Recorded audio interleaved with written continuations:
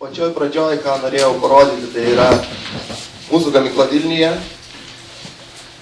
kuri gamina pakankamai primityvius metalo gaminius. Pasakosiu kokius.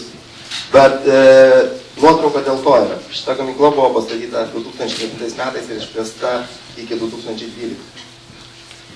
Paimtume Danijai panašaus profilio įmonę, nebūtų nei vienos naujai pastatytos. Ir jos tik tai mažėja. Tai pagal modernumo lygį būtent pati plėtra, kaip jinai vyksta ir kur neorientuojama, vėliau parodysim, kaip tai daro. Šiek tiek apie mūsų veiklą, kaip jinai yra organizuota ir kas tai yra, nes vėliau papasakosiu, kur mūsų sėkmė ir aš asmeniškai, dėl ko visą šitą rodau, dėl to, kad aš tikiu, kad jauni žmonės gali padaryti karjerą greitai tik tai besivystančiose šalyse, tai yra tokiose kaip Lietuvoje. Jeigu lygiai tą patį darbą daryti ar Danijoje, ar UK, ar Švedijoje, ar Vokietijoje, karjeros tos tikrai nepasieksit. Aš galiu pasakyti, pas mus visi skyrių vadovai šiandieną yra apie 30 metų. Tai yra nuo 28 iki 34 metų. Jeigu imant lygiai tokios pačios veiklos įmonės Skandinavijoje, tai prasideda nuo 45 metų.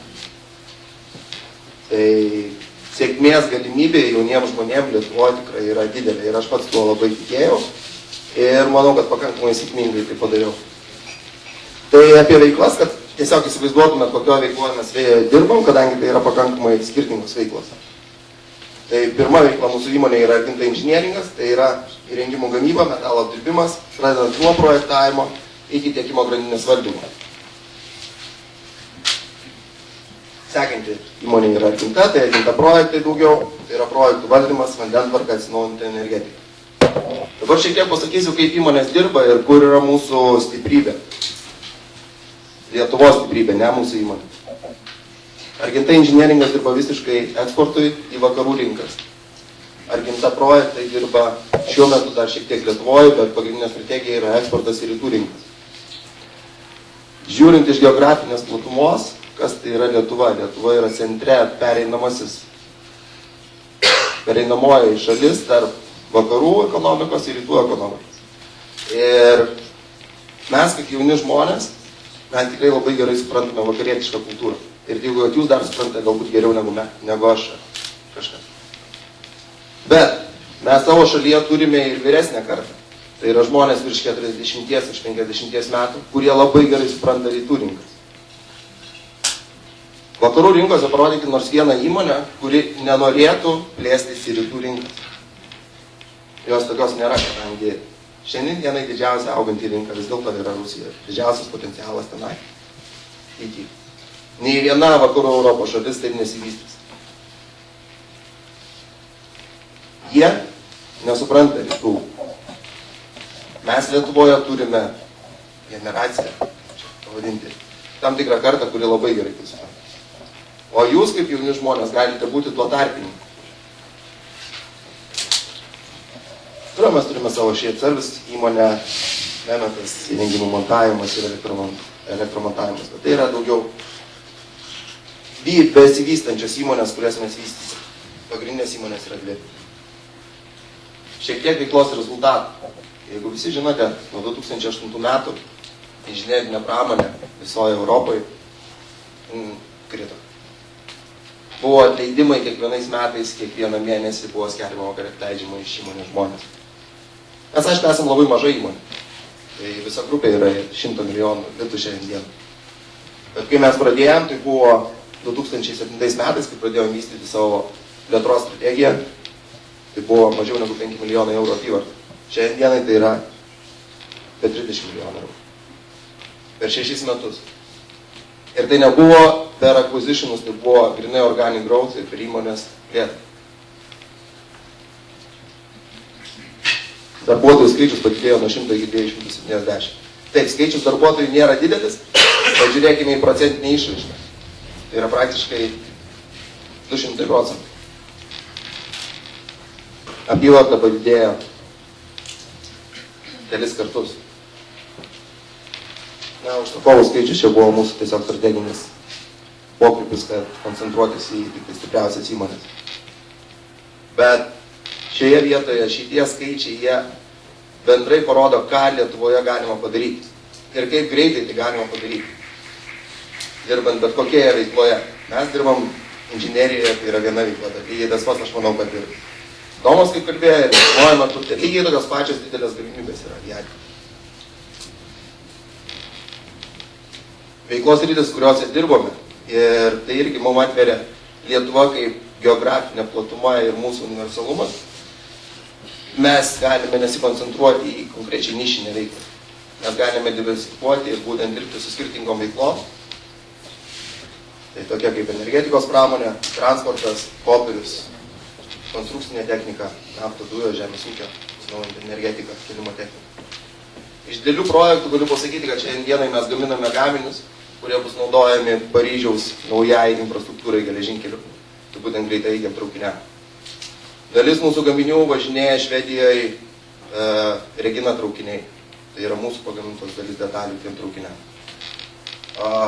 Barcelonoje dabar pastatytas naujas didelis uostas. Tame uoste irgi stovi mūsų gaminiai. Tiesiog tai yra galbūt ne viešai skelbiama to, galbūt nesimato, kad tai vyksta Lietuvoje, bet Lietuvoje įmonių inžineriniai pramonė yra labai daug, kurios dirba eksportu. Ir dabar pagrindinis eksporto variklis vis dėlto yra inžinerinė pramonė Lietuvoje. Na, galbūt kitos pramonės, aišku, tai gali ir prieštarauti, bet aš manau, kad inžinerinė pramonė yra pagrindinė veikla. Šiek tiek mūsų užsakovų tiesiog parodyti brandus, su kuriais mes dirbame, tai yra pasaulinės kompanijos. Pas mus nėra nei vieno užsakovo, kurio apyvarta būtų mažiau negu 100 milijonų eurų. Didžiausio užsakovo apyvarta yra virš 50 milijardų eurų. Tai yra pasaulinės korporacijos, kurioms mes gaminam gaminius. Geografinė diversifikacija. Čia irgi klausimas, kuris... Kai mes pradėjome, mes apsiribojame Europą. Kadangi iki 2007 metų įmonė iš tikrųjų dirbo daugiau Lietuvos rinkai. Mes susidėliojom strategiją, kad mes norime plėstis ir dirbti Europą. Pradėję vykdyti savo veiklą, mes supratome, kad tai nėra mūsų ribos. Ribos yra pasaulis. Pernai metais daugiausia pristatymų, kurie buvo padaryti iš gamyklos, tai buvo padaryti į Kiniją ir Braziliją. Tai yra tiesioginiai išvežimai. Tai šiandien dienai galiu pasakyti, kad tą, ką mes darome, prieš 10 metų, prieš 15 metų, tai viskas buvo daroma Skandinavijoje, Vokietijoje, Olandijoje, Austrijoje. Šiuo metu tai lokalizuojama yra Lietuvoje. Pirmas dalykas tai yra rytų rinka, kur kol kas dar yra skaitoma, kad tai yra bendri kaštai mažesni, bet į ateitį žiūrint tai yra dėl to, kad tai yra potencialas irgi rytų rinkai, būtent tiekimo organizuoti tą pusę. Europoje didelių investicijų nebevyksta. Visos didelės investicijos kur vyksta? Jos vyksta Rusijos regione, jos vyksta Azijoje, jos vyksta Pietų Amerikoje arba Afrikoje. Toje vietoje privalumas, ar tai yra Švedija, ar tai yra Lietuva, mes tampame lygiai vienodai. Bet mes turime daugiau žinių. Šiek tiek apie rinkos dydį mūsų inžinerinės pramonės. Kad pamatytumėt, koks yra potencialas šios pramonės plėtrai. Visoje Europoje šiandieną yra 621 milijardas eurų per metus. Tai yra kelis kartus viršyje Lietuvos BVP. Dėl ko šią skaidrę rodau? Dėl to, kad mūsų Lietuvoje yra 3 milijonai gyventojų. Na, seniai 2,5. Kiek galim? Bet tai yra labai mažas kiekis. Mūsų, jeigu teisingai sudėlioti verslo procesai, neįtakoja pasaulinės ekonominės krizės, nes jeigu rinka sumažėtų netgi ir per pusę ar sumažėtų 10 kartų, mes konkurenciniai pavojai galėtume laimėti. Pasakysiu dėl ko. Dėl to grįžtu prie tą pačią klausimą, tai yra rytų rinka. Švedijos įmonė ar Danijos įmonė žmonėm nuvažiavus tiesiogiai į Rusiją, tikrai yra suprasti sunkumai. Lietuvos vyresniai kartai yra lengva tai padaryti. O mes esam tie, kurie galim būti tarpininkais ir už tai pasimti pridėtinę vertę. Kitaip tariant, mes vertėjais galim.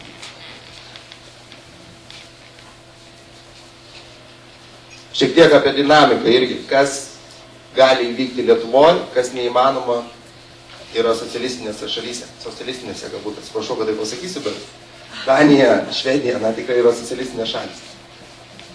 Kažkokie pakeitimai, kažkas tai naujo, tikrai yra labai ilgai daroma. Lietuvoje dinamika vyksta greitai, kadangi žmonių jaunų, aktyvių yra labai daug ir yra ne tik aktyvių, bet tie, kurie nori kažką padaryti. Tai tiesiog apie mūsų įmonės pavyzdžių, bet tai nereikėtų žiūrėti kaip įmonę, reikėtų žiūrėti kaip bendrą tendenciją. Per 6 metus įmonės veikla absoliučiai pasikeitė nuo to, ką jinai darė prieš tai. Paslauga pasikeitė parduodama. Ir ją formuojant, ir tai yra jaunų žmonių nuopelnas. Mūsų įmonė iš tikrųjų vidutinis iš 270 žmonių vidutinis amžius yra 34 metai. Jeigu atleistume kelis savininkus, kurie yra vyresnio amžiaus, mes galėtume pagerinti 22.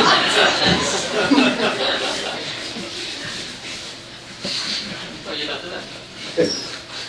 Argenta iš viso yra pilnai lietuviško kapitalo įmonė.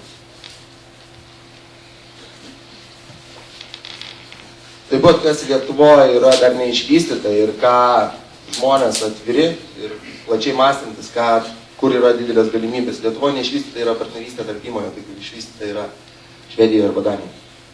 Ir čia yra didelė niša, būtent inžinerinio personalo ir vienyti tą visą potencialą. Mes per savo prizmę dabar bandome susidėlioti partnerių tinklą visoje Lietuvoje ir suformuoti bendrą konsoliduotą pajėgumą. Kadangi tai irgi yra stiprybė, ko negalima pasiekti supirkinėjant įmonės, tai kas vyksta, tarkim, Švedijoje, prisirišę tavo riziką yra daug didesnė. Lietuvoje gali daug lankščiau tai padaryti. Ir tai yra dar tuščia rinka. Tai yra neišvystyta. Tai yra būtent, ką reikia daryti.